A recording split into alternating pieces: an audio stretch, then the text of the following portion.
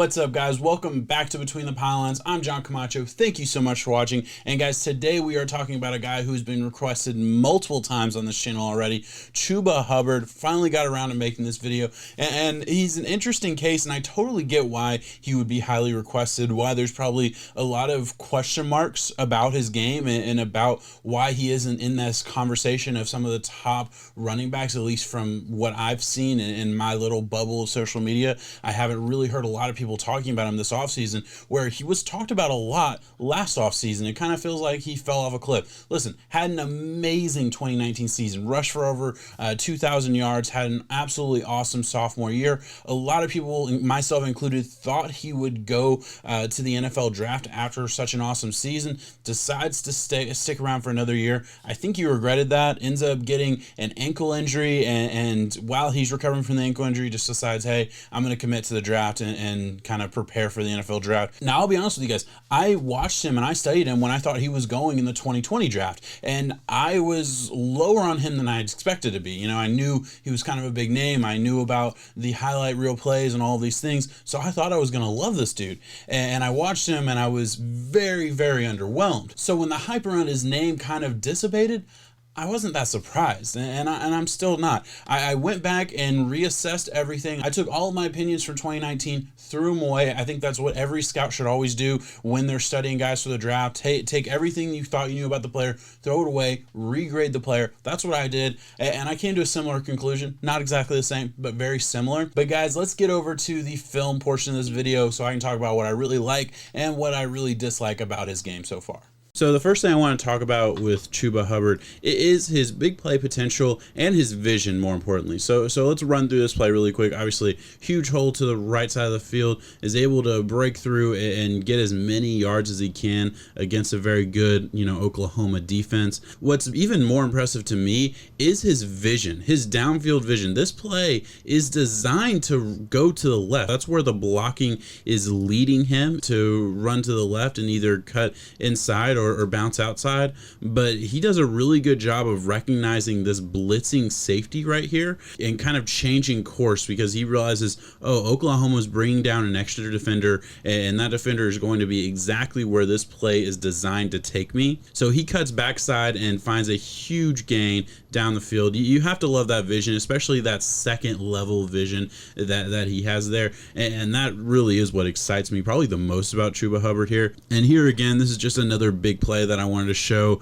Again, pretty good vision, finds a huge hole, and is just able to outrun everybody and get in for a touchdown. You have to love that. That's what you're hoping to get from Chuba Hubbard. That's what you want to see. He has that big play potential. He has that build-up speed to a point where he can get to top speed and be pretty dangerous in the open field. But let's move on here. Not quite a home run hitting play here, but does a really good job of following his blocks. Doesn't get stressed out about this defender who completely beat number 72 here, just follows his blocks, runs right past him, makes a guy miss in the open field, and then just barrels ahead. I think this is what I want to see more of from Chuba Hubbard. I found too much he was trying to make somebody miss with quick feet and a little bit more shiftiness than he really has, and I think he really can be a very good one-cut kind of downhill runner, and I think that's what NFL coaches will probably preach to him,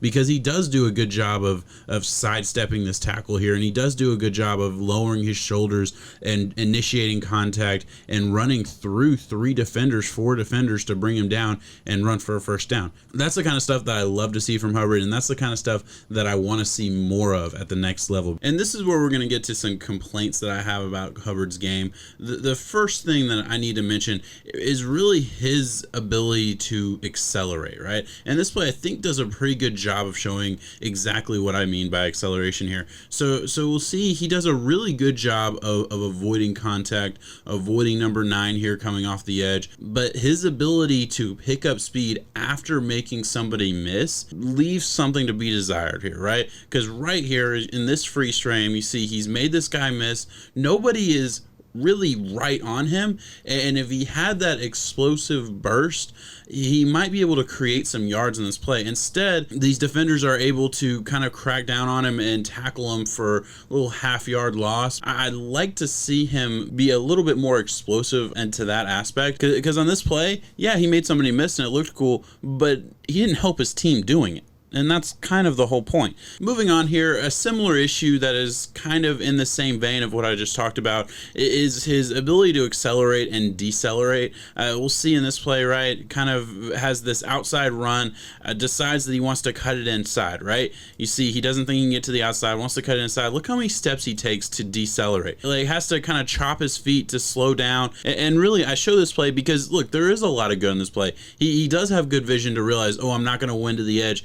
Let me cut back inside. Let me make somebody miss here. Let me show pretty good balance and kind of fight for a couple extra 5-6 yards here.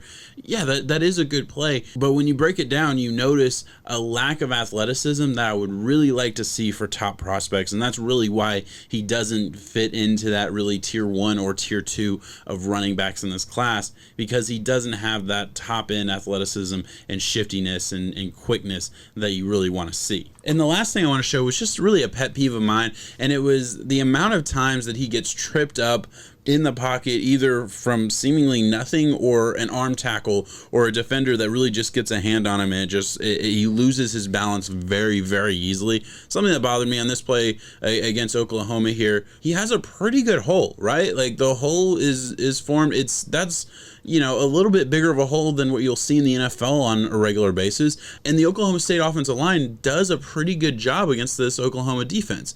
And on this play in particular, I'm not exactly sure what trips him up. Maybe it's this D tackle right here. Maybe it's his own offensive lineman's foot, but I don't think that's the case, because it looks like he's off balance before he's even passing the offensive lineman. Either way, he is tripped up and slowed down through the hole to the point where he has to just lower his shoulder to get whatever yards he can. In a play that probably should have gone to the third level, he should have been able to explode through this hole and get upfield, and instead doesn't really get what was there to be had on this particular play.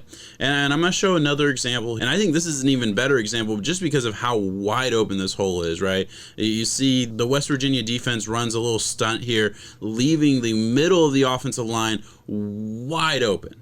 Like, you can't ask for much more than this much space, right? Hubbard does a pretty good job of getting through the hole, but is brought down by number 50 here, that's able to just kind of swing out his arm and trips him up, and Hubbard's brought down for 2-3 yard gain and what I believe should have gone to the open field. And I think that main issue is actually kind of a culmination of a couple different things that I grade on the skill chart. And I'm going to get to the skill chart just for a second, but I kind of want to break this down full screen for a second. First of all, yeah, vision is going to get knocked a little bit there. That's just how it's going to go. If you aren't getting what's there to be had in big holes, I'm going to knock your vision just a little bit. I also knocked his short area quickness a good bit, because at the end of the day, he's not bursting through these holes as well as I would like him to. His acceleration through the hole is not what I would like it to be. And then the other thing is his pad level and balance. He leans way too far forward when he runs the football. That's just a technique thing. I think that's something that NFL coaches will coach out of him. So I do think the tripping and the balance is something that can get better. With that being said, let's move on over to the skill chart so I can kind of break his game down in a little different way. All right, and the first thing on this is vision. I mentioned it a handful of times in the video. I actually gave it a really good positive look on that one play against Oklahoma at the very beginning of the film portion of the video. And look, I do like a lot of what I see. I think he has really good ability to see to the next level of the defense, right? And that's awesome. And that actually would usually put his grade a lot higher. It was just the amount of times that I felt like he missed on open holes or didn't get what was there to be had, that I did knock it a little bit on vision. Still, 5 is a positive grade on my scale. 4.5 is the baseline average. So 5, a little bit above average. So I'm fine with his vision. It's not something that bothers me by any means. Agility at a 4.9. Look, that's technically a positive grade. You want it to be higher when you're talking about a running back. Obviously, this is nowhere near an elite level. I think, this is kind of in that just a guy type of range as far as the NFL goes. It's good. It's fine. Nothing special. Short area quickness. I've beaten that with a hammer so far. You kind of get where where I'm at there. Acceleration, again, look, he has that build-up speed. I've said it again. I've beaten that with a hammer as well. He has build-up speed. It's good. He can definitely get to top speed, and I think, wide open hole, make somebody miss, and off to the races. Yeah, that can be his game. How often he's going to get into that opportunity in the NFL, I don't know. We'll see. Pass protection was actually very good. Something I wanted to put in the film portion, but I felt like the film portion was already a little long, so I didn't end up putting that in. But his pass protection was awesome, and that's on the higher end of the running back grades that you'll see for pass protection, especially. Power, runs with good power, 5.6. The reason it's not higher is solely because he didn't do it enough. His ability to run with power and churn out tough yards, I think that's how he's going to make his money in the NFL on a consistent basis. So this number, again, could be a lot higher. I just wish he would have done it more at the college level. I think he will be asked to do it a lot more at the NFL level, though. Pass catching at a 4 really isn't fair to him, just because Oklahoma State didn't pass the running back at all, so he didn't really get a chance to show if he could or couldn't do that at the next level. I always try and meet that with optimism and say, hey, he can catch a football. It'll be okay. But I put him at a 4 just because I didn't see it at all. Patience. Runs with really good patience. At 5.7, I was very pleased with that overall. Had no issue with that aspect of his game. Breaks tackles, pretty good, 5.3. Again, listen, not incredibly shifty by any means, and doesn't just like run through linebackers and keep going on a consistent basis at all. But he does have a little shake to his game, and he can certainly make somebody miss when he needs to.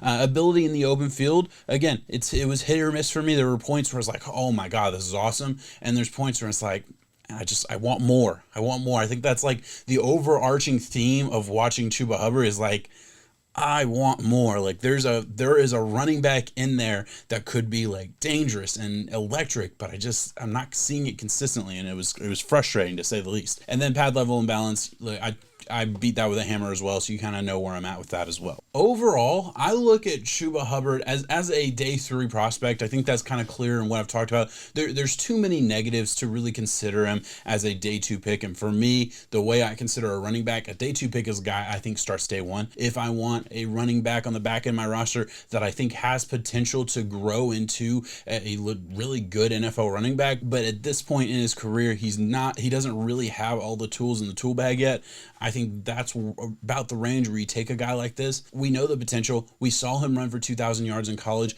but guys, at the end of the day, a really good college running back doesn't always translate to a really good NFL running back. That might be the case for Chuba Hubbard. I'd love to see him get a chance in the NFL, but as of right now, I don't give him that top grade. But guys, that is all I have on Chuba Hubbard today. Let me know in the comments if you have any questions about my take, if you have any criticisms on what I said. I anticipate something along those lines because I know I wasn't super positive on Chuba Hubbard, and I'm sure there's people out there that because of the big game and because of the name that he does have from that 2019 season, maybe will want to disagree with me. Totally understandable. Let me know what you think, and I will try and respond to every comment that is at least respectful and asking some sort of question. So let me know in the comments. Please like this video if you enjoy the content. Subscribe to the channel if you want more draft profile videos, and let me know if there's anybody else I can do a draft profile on for you. Thank you so much for watching, guys. Peace out.